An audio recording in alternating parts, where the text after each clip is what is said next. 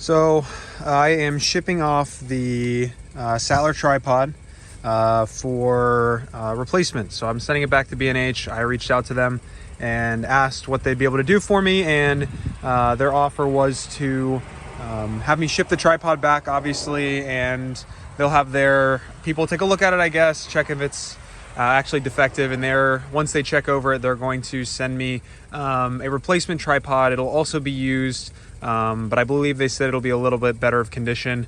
Obviously not just working condition, but I think the other used ones on their website, they had a few different used options that were both at the 10 out of 10 quality.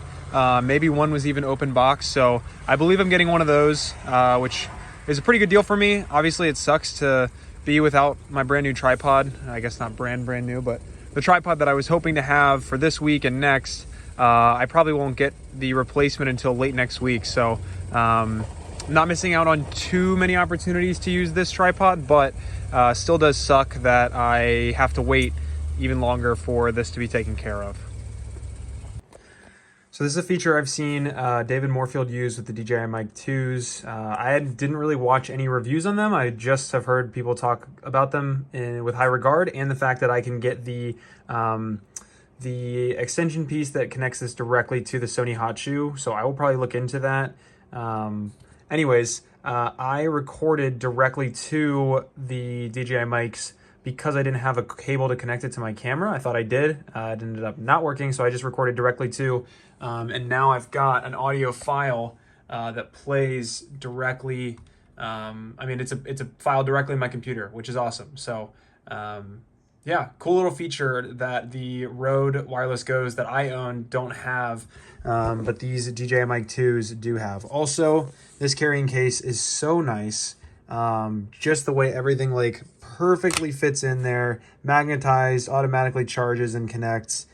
This is a very, very premium product. The size of these is great. And I really wish, it's fine. The Rodes are okay, but if I were to buy lavalier mics, like these kind of content creator type budget ones, for myself, I would definitely go with these DJI Mic 2s. I'd be interested to see if there are any other freelancers who have this same habit, but it is currently 12:22 in the morning, so just a little bit past midnight. And one of the things, if I ever stay up past midnight, which right now my sleep schedule is a bit jacked, so I'm constantly staying up past midnight, is I check the B&H deal zone as it turns midnight in Eastern time. A new deal zone comes out and a bunch of things go on crazy sale on B&H, somewhere between 3 and 6, sometimes even up to 8 in holiday seasons.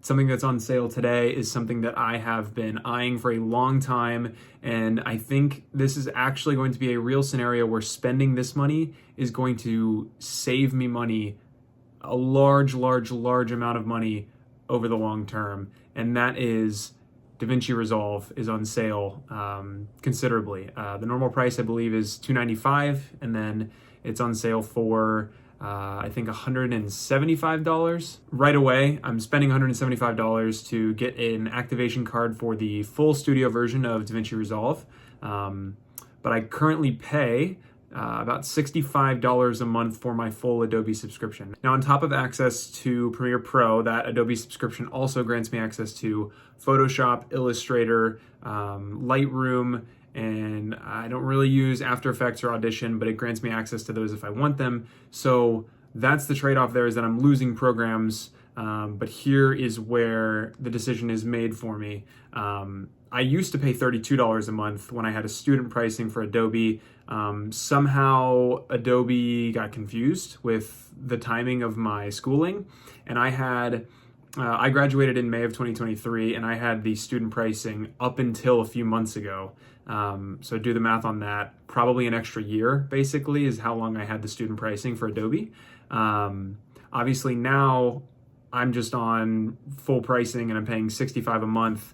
And I don't want to, but the problem is, for my job at the church, I need Illustrator, Photoshop, I need Lightroom. Sometimes I do photography gigs, and I do photography on the side for friends and family and stuff like that. So I need Lightroom. The good news is my part-time job has a subscription to Adobe. So if that was not the case, there'd be a chance that I'd be like, I don't know if I'm ready to give that up yet, that subscription. Hence why I'm still editing on Premiere, because DaVinci's had my attention for a long time. But this being on sale, plus the price going up for me, plus having access to those apps still, seals the deal. I'm gonna get a DaVinci code, and I'm gonna jump full in and start using that as my primary editing software, which I'm really excited about. I think it'll be exciting to learn a new software. I've used DaVinci before. I actually have technically edited an entire feature-length documentary in DaVinci Resolve, but that was back in college, and there was not much besides cutting, honestly, going on in that edit. We didn't really have time for much else. We had a very, very, very short time to edit everything together. So besides cutting, we really didn't do much. Anyways, all that being said, I just wanted to share, first of all, my obsession with checking the B&H deal zone, and then also the fact that DaVinci Resolve is on sale. And I'm going to post this video the same day that it's on sale. So if you're watching this video on February 20th, DaVinci Resolve is on sale, over $100 off. If you've been looking at it, or you're using the free version and you want to upgrade, now's the day to do it. And it's on the B&H website, so feel free to go check that out. And then also to share that I've been using Premiere Pro to edit. I'm going to be moving to DaVinci Resolve, and it's pretty much going to be a cold turkey jump for me. So I'm excited. My Adobe subscription will last through maybe March 10th-ish, somewhere around there. So I've got a few projects coming up that will be my first projects that are done in DaVinci. And I think, again, with that subscription through the church, I should still have access to Premiere if need be, if I am not comfortable with it yet to do professional work or whatever the needs may be. But all that being said, I'm really excited to jump into DaVinci. Color grading is something I really, really, really want to get into the weeds of, and especially as a DP, as I'm starting to push away editing, I think color would be the one thing I'd retain. And so I'm excited to get into a program that is so highly regarded for its color grading capabilities. So yeah, that's my reasoning behind switching away from Premiere Pro and into DaVinci Resolve. Also, final update on the Sachtler Flowtech. The package was delivered, so that means that they should be confirming either today or tomorrow that the package was delivered and the item is defective, and then sending me out my replacement, which they have confirmed is going to be another used one, but they said it should be in better condition, so I'm pretty sure it is going to be one of those other used options that was on the B&H site. So it looks like that'll be my replacement, is one of the used ones that was in the condition 10, like the 10 rated condition, or open box, whichever one. But yeah, package has been delivered, so I should be getting my replacement on the way here soon, which is good because I've got shoots next week. Luckily, the shoots that I had this week were actually pushed to next week, so didn't end up needing it at all this week for shoots, but I should have it by next week when I actually need it. Ending this vlog out with what will likely be the last purchases I will make for a long time. I have some very big life expenses coming up, including a wedding in September and buying a house a few months before that, so it's time to lock down and really start putting my money towards life expenses. So anyways, final purchases. I bought this Impact Vice Grip. I bought a 2-yard by 60 inch, so roughly 5 feet by 6 feet diffusion cloth, some gaff tape, and some extension cords, 25 foot, 2 of them, a focus ring for my 24 to 70, a duckbill clamp, and then some 3-pin or 3 outlet adapters, so 1 outlet to 3 outlets, an Impact 12 foot, so it starts around 5 feet, I think, and extends up to 12 feet, background crossbar, and then this is for my fiance. Anyways, just some grip gear. I want to start working a little bit more on shaping light and being more creative with that, and with those wants come needs.